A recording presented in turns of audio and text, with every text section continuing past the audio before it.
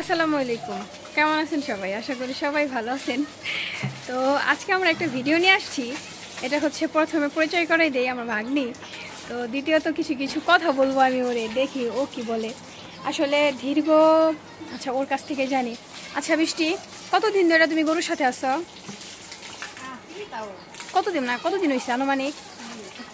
আনুমানিক একটা ডেট। আমগো বাড়িতে কতদিন ধরে আছো? 2 বছর 1 বছর তো ভালোভাবে 2 বছর। এই 2 বছরে কিন্তু ও অনেক ছোট ছিল, দেখতে দেখতে গরুর মতো ও অনেক বড় হয়ে গেছে।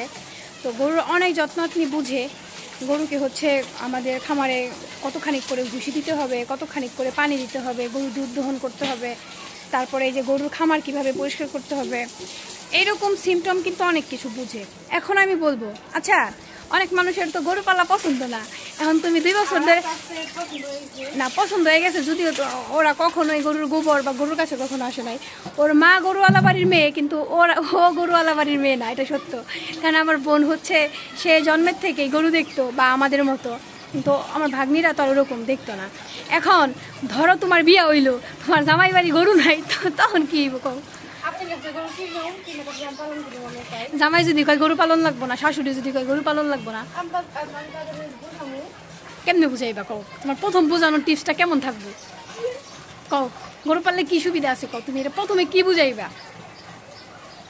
গরু পালন করলে বছর পর বাচ্চা পাওয়া যায়, তো বাচ্চা পালন করে লাভ পাওয়া যায়, দুধ পাওয়া যায়, ফ্রেশ দুধ উৎপাদন করা যায়। নিজে খাবার ফ্রেশ দুধ খাওয়া যায়। আবার যখন যদি রান্না করা যায়, সেমাই রান্না করা যায়। এই খাওয়ার কথা ডাকাইছে,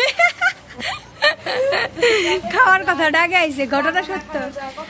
ও আবার যে ভালো চা বানায়, কফি বানায়, মাশাল্লাহ। যদিও আমি পারতাম না, ওর কাছ থেকে আমি শিখছি। পুরা শীতের মাসে আমরা খামারে ফ্রেশ চা খাইছি, তাই না? দুধ দিয়ে শীতের মধ্যে দুধ না থাকতো, যদি খামারে গরু না থাকতো, তাহলে ফ্রেশ দুধ পাওয়া যেত না, আর চা খাওয়া যেত না শীতের মধ্যে। এটা সত্য, কিন্তু এখানে আরেকটা কথা আছে যেটা খুবই মূল পয়েন্ট, তুমি বলো নাই। ধরো একটা জামাই কিছু করে, তাই না? তার জামাই কিছু করে, কিন্তু ওইভাবে সংসারের ঘাটতিটা পূরণ করতে পারতেছে না। বউ যদি দুইটা একটা গরুও পালে, সেখান থেকে পারে না কও? অনেক কিছু পারে। যে ঘাটতি, যেখান থেকে যে ইনকামটা আসবে, এটা দিয়ে কিন্তু একটা ফ্যামিলি সুন্দরভাবে চলে যায়, তাই না? আর বর্তমান সময়ে কিন্তু মানে দেখা যায় যে ইনকামেরইটা খুব কম। তো এই জন্য দেখা যায় যে গরু পালন করে আল্লাহর রহমতে কোনোই না। যারা 2টা 4টা করে গরু পালে, যদি বুঝা করতে পারে ভালো, তার মানে গরুওয়ালা পোলার কাছে বিয়ে দেওয়া লাগবে, যারা গরু পছন্দ করে। আল্লাহ, তো এই ছিল আমাদের খামারের, এটা সত্য। গরুর প্রতি যাদের ভালোবাসা, তারা যারা গরু কিছুদিন গরুর কাছে না থাকে, তারা কিন্তু খুবই অস্বস্তি বোধ করে, অস্বস্তি লাগে, এরকম কিন্তু একটা ভাব চলে আসে।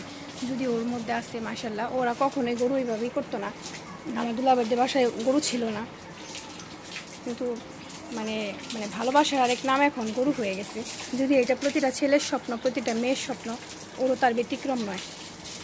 গরু সব যত্ন বুঝে, এটাই। আর আমি চাইছি যে একটা মানুষ প্র্যাকটিক্যালি এটা জানুক। এই যে একা একা এগুলার আর যে এনার্জি পায়ও, মাশাল্লাহ, কি বলবো। ওর পিছিয়ে আমি দৌড়াইতে গেলে আমি মইরা যাবো গা।